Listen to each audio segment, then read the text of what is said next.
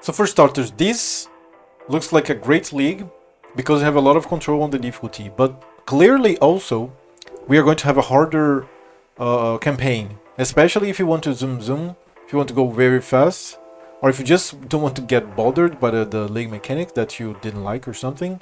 You're going to have to get bothered, or you're just going to have to wait some minutes to pass through. So it's going to be more difficult, more rewarding from the campaign on, but also it is going to be a little more frictious. And we hope that it is good because we are going to have like rewards later on. or the damage types they deal. So for You can see that we can even make some correct assessments if we know the content, right? And the older players, they know what they want to like change. For example, you're not going to buff, I don't know, porcupines or I don't know, the devourers or these like big monsters, but some other monsters we will, and sometimes we will not even care depending on the build and how powerful you are, and etc. It's just like, let's put the high number of monsters density with like the craziest mod because I want corpses and I want more currency. So yeah, that's until now like it's very adequate. by that spirit. The Nameless Seer seems awesome. I think they're making many efforts to make the game to make the all the game modes feasible for any player to play, which means that SSF is really more popular now than it has ever been. I have never played SSF. I love trade. I love trading. I play HC trade. Have always been. I'm probably going to be playing HC trade, but it makes me feel like it's, hey, there's a possibility there for me to try one day like SSF to see if I have fun with it, because I love trading so much. It's part of my fun, like announcing and yeah, of course it's obtaining the items for myself, but also when you sell items you feel like you are, I feel like you are in the middle of the wheel of the game, the wheel of life of the game. You're part of the gears of the game. GGG, right? The morgue. So you collect some monsters, and I really want to see how that goes, because we are going to have some passives that finally they implemented, and that is something so good that they decided to make. I doubt that they are going to make this change like go back. I think this is for the best. This came to stay. This change that they are going to be implementing league mechanics during the league into the Atlas tree. That is so good. I was taking a look at it. Hope for. You can see here that they are starting to work on the of course this is crafting, right? He's crafting, he's choosing the mods, but even though it's not that bad, right? It's some low life regen and life regen base, then movement speed. It's not horrible. It's not horrible. It's not like a random item that's like was created and it was just like garbage. Like, of course, it's the crafting mechanics of the league, and we always have crafting mechanics, or for the most part we have crafting mechanics, and that is great. A bit of friction. Let's wait for the whole prayer. As you can see now, we have a much better pair of boots. Yes, forged from the souls of our enemies. Like, you can see that there's like decent evasion. We have life regen. We have cold resistance and movement speed, so that is like great. The other one was not bad, especially if you are just entering maps or something. You need something that is going to work, and you can enchant like one craft there. But here, the item is pretty round. It's ready to use, and it seems like you have room for one craft. Maybe I'm wrong. Maybe there's a hybrid there. I don't know, but looks that way. And dude, it's pretty good. It's pretty good. Undead corpses. Look at this, increased effect of undead corpses adjacent to this corpse. So you're going to be, it's a little bit of harvest again, because harvest, it like you needed to organize the layout, and then you put one of those corpses there to buff the others. That is going to give us some crazy good stats there. The crafting system is going to go bananas, I'm pretty sure, and it's something that is really desirable. I love when they put crafting system in their games. It's just in their expansions. It's just awesome. with a unique specific to their lineage. And pay attention, some of these items will come... No, I mean, these items will come from lineage, right? Some from corpses, then they give you, when you exercise, I mean, purify or something, their corpses, they're going to give you a unique. So that is very, very interesting. Like, it's not just some crafting mechanics just thrown. No, it's so complex. And you can see how different this is from Diablo. This is so sad. I love Diablo 4. I had fun with Diablo 3 and Diablo 4. I must give that the Diablo 4, I must concede that the campaign was excellent. I cannot say anything but excellent. It was an excellent campaign. But it stops there. Like, the game doesn't exist after the campaign. Like, Jesus. Alright, let's continue. Of course, the gambling is always there. So you have some chances of something's happening. This here, like, gambling in-game is so good. I really appreciate that this exists. It's very cool. We'll itemize them. And of course, we can trade. We can, dude, this is so good. Like, it gets better and better and better. They keep saying, like, I was getting emotional. If you watch it, I was always getting emotional watching this. Like, wow. And like, it's an event every 3 months where you have to just be baffled by GGG's exposition of their new league, new patch, and whatever is coming up in PoE 2. Like, they are so creative and they implement things in a very, very good way that it just... When we see these, I don't know, these bad situations in gaming, in the gaming industry, and then you come to see something like Baldur's Gate 3. Like, I got emotional many times playing Baldur's Gate 3 and seeing the presentations. And here in PoE is the same thing. It's the genre that I like the most and the game that I play the most. And when we see this much care into the game and how well it is all well-rounded and very, very well designed, it is just like it touches you. It's just beautiful that your time is not wasted when you're playing like a great game, you know? Of Tafoa. Tafoa? Like, is this Kiwi?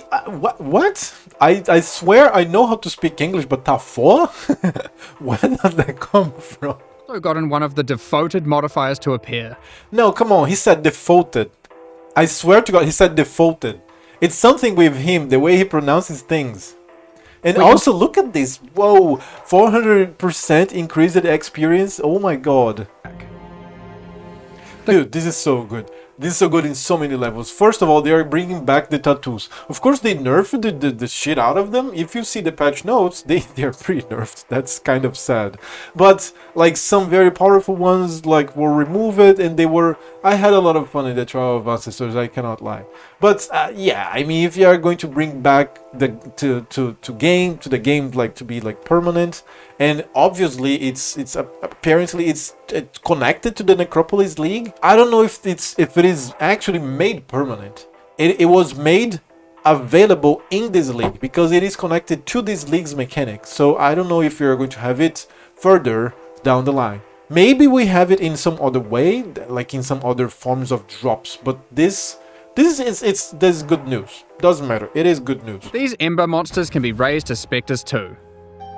Of course, we have Finally, some decent specters of, like, I like my Kitavos Heralds, I like my zombies builds, like, that explode with Monthor's Grasp, but maybe have some pretty decent specters, like, why not? Map.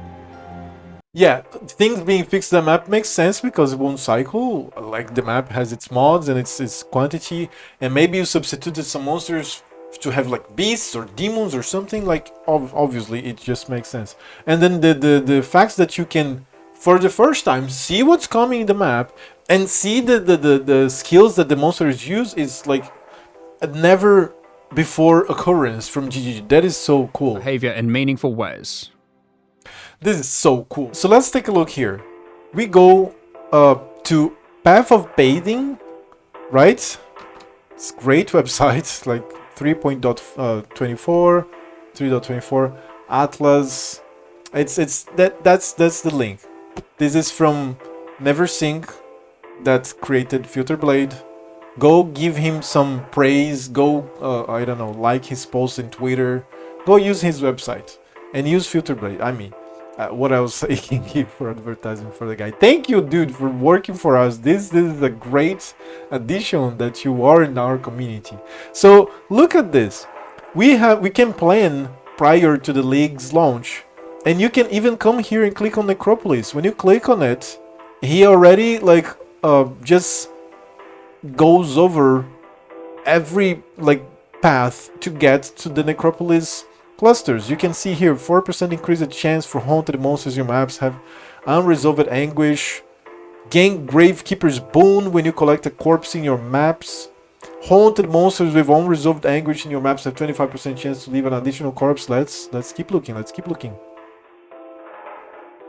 Haunted modifiers in the Lantern of Arimor are a tier higher.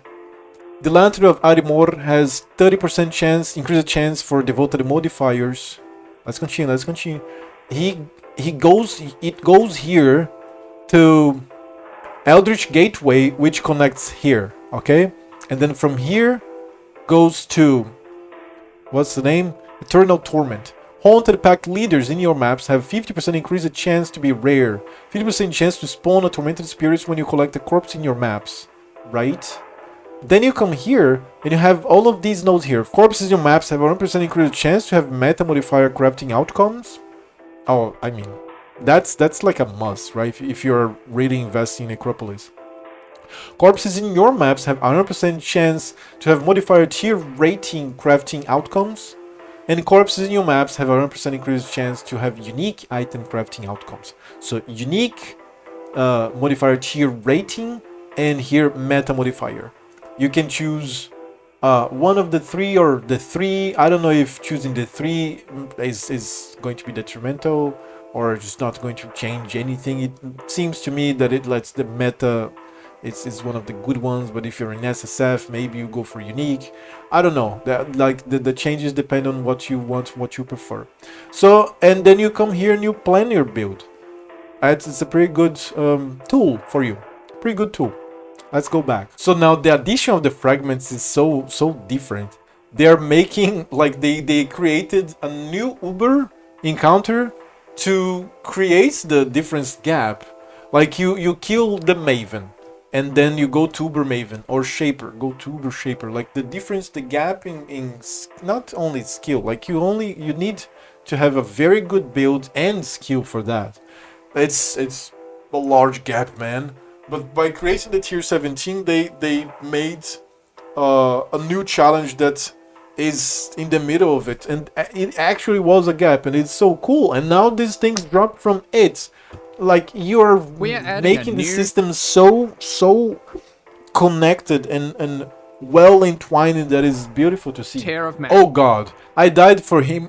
How many leagues ago? Like 3 leagues ago. Wow, I mean, I like to go blind. It's my thing. It's like you play the way that you want, man. I like to play hardcore, trade. I like to trade, and I like to go blind.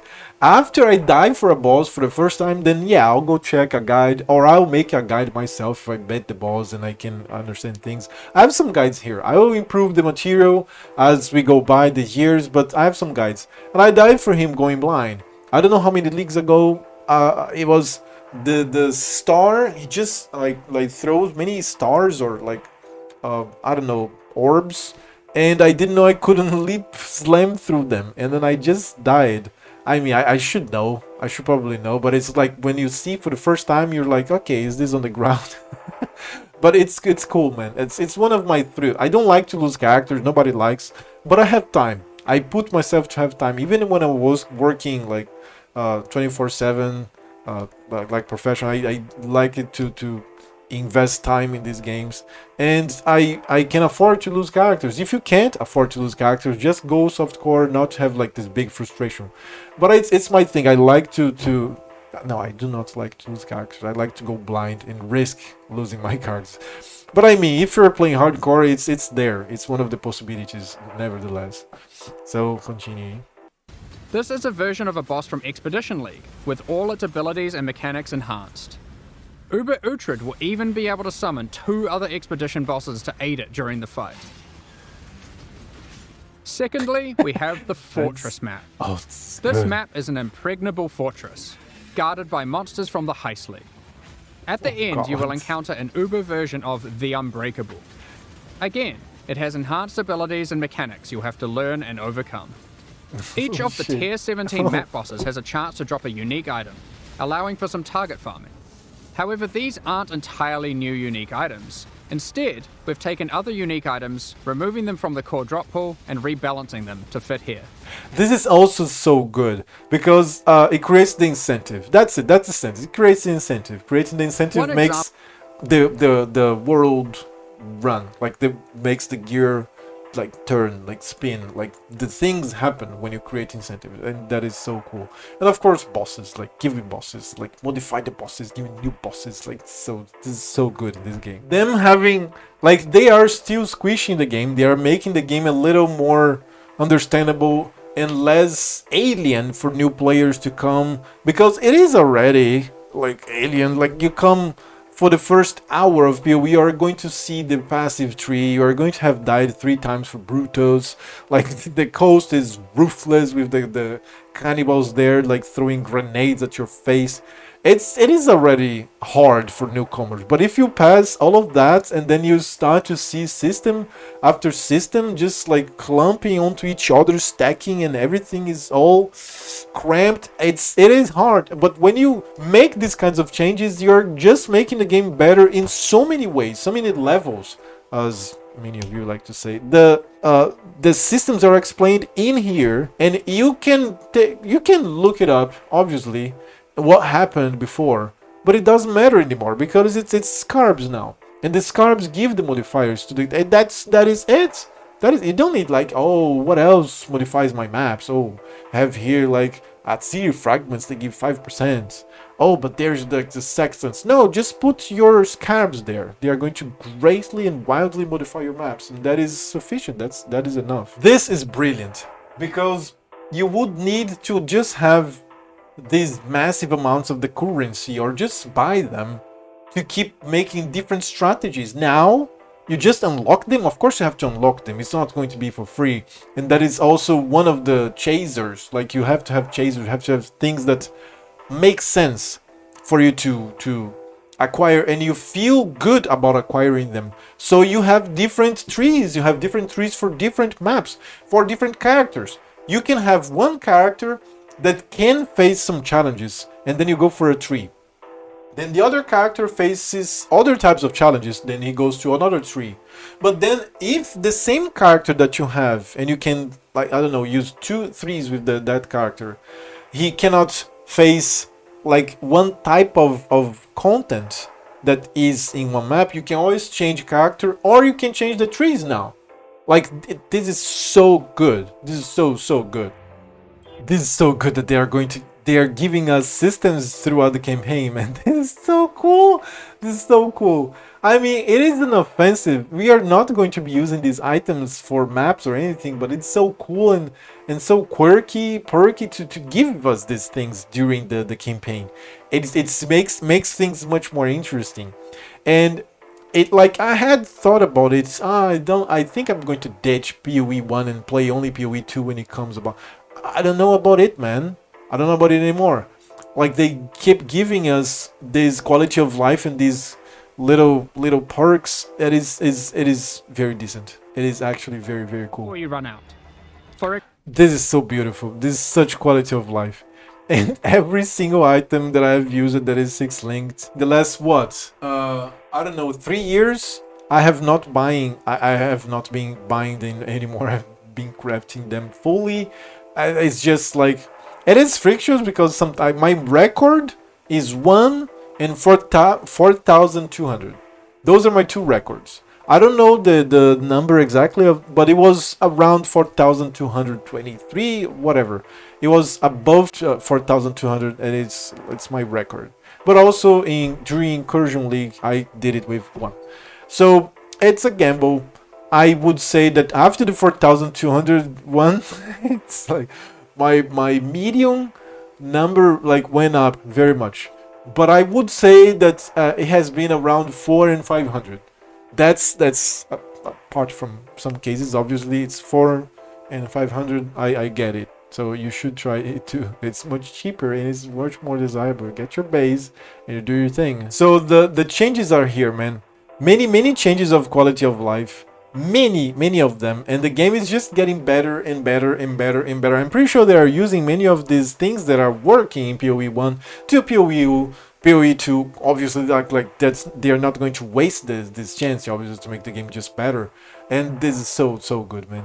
I hope that you have been clarified about the systems, or just like reinforce it if you have watched other content creators videos of this. Obviously, I'm not going to be special here, but thank you for being here. Thank you to watch until here, or advancing to here, I don't know. And please help me to get 500 subscribers. I hope that I'm going to be making more content like this, and analysis and maybe guides and like short guides, all kinds of things. For PoE, obviously, I play other games, I have highlights here all the time, but thank you for being here, thank you for subscribing and liking this video, it helps the channel so much. I see you in the stream, and I see you in Necropolis League. Bye.